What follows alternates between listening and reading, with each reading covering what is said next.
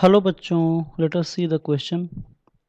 Two monoatomic ideal gas at temperature T1 and T2 are mixed. There is no loss of energy. If the mass of molecules of the two gases are M1 and M2 and number of their molecules are N1 and N2 respectively, then the temperature of the mixture will be. Question ये कर रहा है कि दो mono atomic ideal gas है जिसका temperature T1 और T2 है, उन दोनों को मिक्स कर दिया जाता है और ऐसा माना जाता है कि एक ऐसे कंटेनर में रखा जाता है कि जहाँ पे कोई लॉस ऑफ एनर्जी नहीं हो रहा है। तब अगर कह रहा है कि अगर mass of molecule of to gases M1 and M2, दोनों गैस का अगर मास M1 और M2 दिया हो और उनके नंबर ऑफ जो मॉलिक्यूल हैं अगर वो N1 और N2 दिया हो, तब हमें बताना है कि उस मिक्सचर का टेम्परेचर क्या होगा। ठीक है, चार ऑप्शन दिया है, सही ऑप्शन का हमें चुनाव करना है। फर्स्ट ऑप्शन में दिया हुआ है T1 plus T2 upon N1 plus N2। Second option में है T1 upon N1 plus T2 upon N2 और थर्ड ऑप्शन में है N2 T1 plus N1 T2 upon N1 plus N2 और फोर्थ ऑप्शन में है N1 T1 plus N2 T2 upon N1 plus N2। तो आइए देखते हैं कि की कॉन्सेप्ट में इस क्वेश्चन का मेन कौन सा ऐसा फॉर्मूला है जिसके बेस पर हम लोग इस क्वेश्चन को सॉल्व कर पाएंगे। तो की कॉन्सेप्ट में हम लोग समझेंगे कि इसमें कह रहा है कि there is no loss of energy, यानी कि जब दो मोनो एटॉमिक आइडियल गैस को जब अलग अलग टेम्परेचर पे मिलाया जाएगा तो उनकी एनर्जी का एक्सचेंज होगा आपस में, यानी कि जो क्वेश्चन है वो एनर्जी के फॉर्मूले के ऊपर बेस्ड है, यानी कि दिस क्वेश्चन इज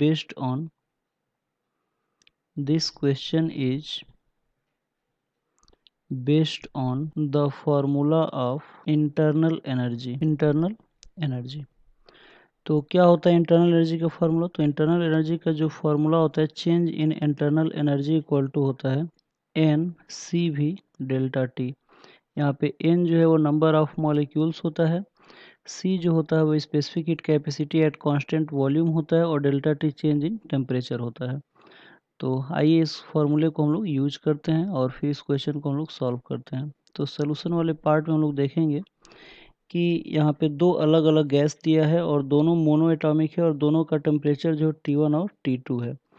लेकिन जो सबसे बड़ी बात हो ये है कि कह रहा है कि there is no loss of energy, मतलब कि जब दोनों को हम मिक्स करें तो यहाँ पे कोई लॉस ऑफ एनर्जी नहीं हो रहा है, यानी कि अगर दोनों का अगर चेंज इन इंटरनल एनर्जी का अगर सम करें तो इसकी वैल्यू क्या हो जाएगी? जीरो हो जाएगी, यानी कि delta U1 plus delta U2 equal to क्या हो जाएगा? जीरो। क्योंकि जब कोई लॉस ऑफ एनर्जी हो ही नहीं रहा है तो दोनों का जो चेंज इन इंटरनल एनर्जी का जब सम करेंगे तो क्या आ जाएगा? जीरो। यहाँ पे डेल्टा U1 जो है वो चेंज इन इंटरनल एनर्जी है एट टेम्परेचर T1 और U2 जो है चेंज इन इंटरनल एनर्जी है at temperature T2 second gas का, और जो U1 है वो फर्स्ट गैस का है। ठीक है, तो हमें पता है कि जो डेल्टा U का जो फॉर्मूला होता है वो होता है N C V delta T. ठीक है, तो अगर हम लोग दोनों गैसेज के लिए अगर हम लोग यूज करें इस इक्वेशन नंबर 1 में तो हमें मिलेगा N1 CV1 delta T1 plus N2 CV2 delta T2 is equal to zero. ठीक है, अब चूंकि हमें पता है कि मोनो एटॉमिक गैस का जो CV है, since for mono atomic gases जो specific heat capacity at constant volume जो होता है वो ये होता है 3/2 × R। ठीक है, और दोनों गैस क्वेश्चन में कह रहा है कि जो दोनों गैस है दोनों मोनो एटॉमिक है, यानी कि हम लोग देख सकते हैं कि इस हिसाब से अगर CV1 निकालें तो ये CV2 के बराबर होगा और ये कितना होगा? 3/2 × R के बराबर होगा। तो इसकी वैल्यू हम लोग रख सकते हैं इक्वेशन 2 में। ठीक है, तो CV1 और CV2 की अगर वैल्यू रखेंगे तो ये हमें मिलेगा N1 3/2 × R delta T1 plus N2 3/2 × R delta T2 equal to zero.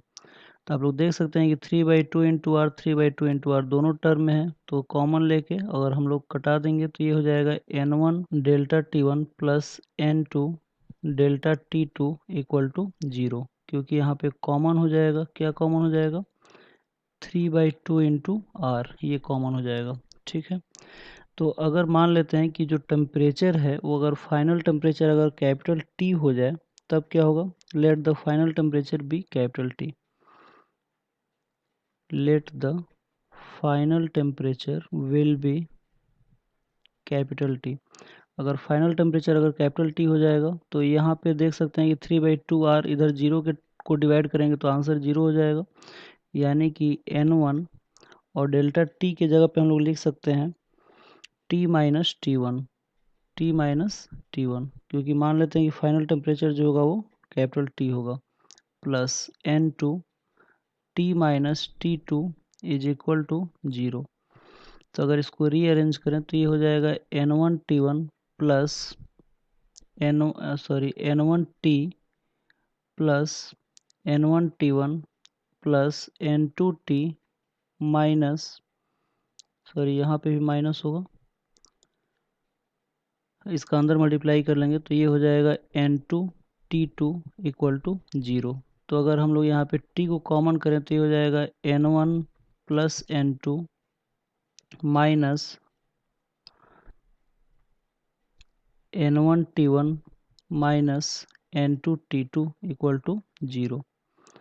तो अगर हम लोग t की वैल्यू निकालें तो ये आ जाएगा n1t1 प्लस n2t2 अपॉन